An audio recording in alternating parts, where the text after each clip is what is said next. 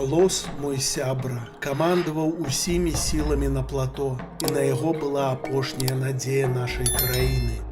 З гэтай нагоды ён гаварыў пра цяжкасці, якія трэба пераадолець, і заклікаў людзей Олатоя, самых смелых зламарыйцаў, захоўваць традыцыі сваіх продкаў.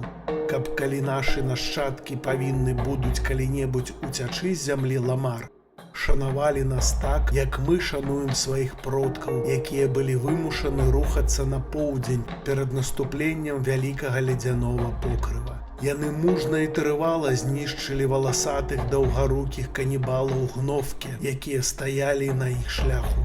Мне Алос адмовіў у ролі ваяра, таму што я быў слабы і схільны да раптоўных страт прытомнасці, калі падвяргаўся стрэсу і цяжкасцям.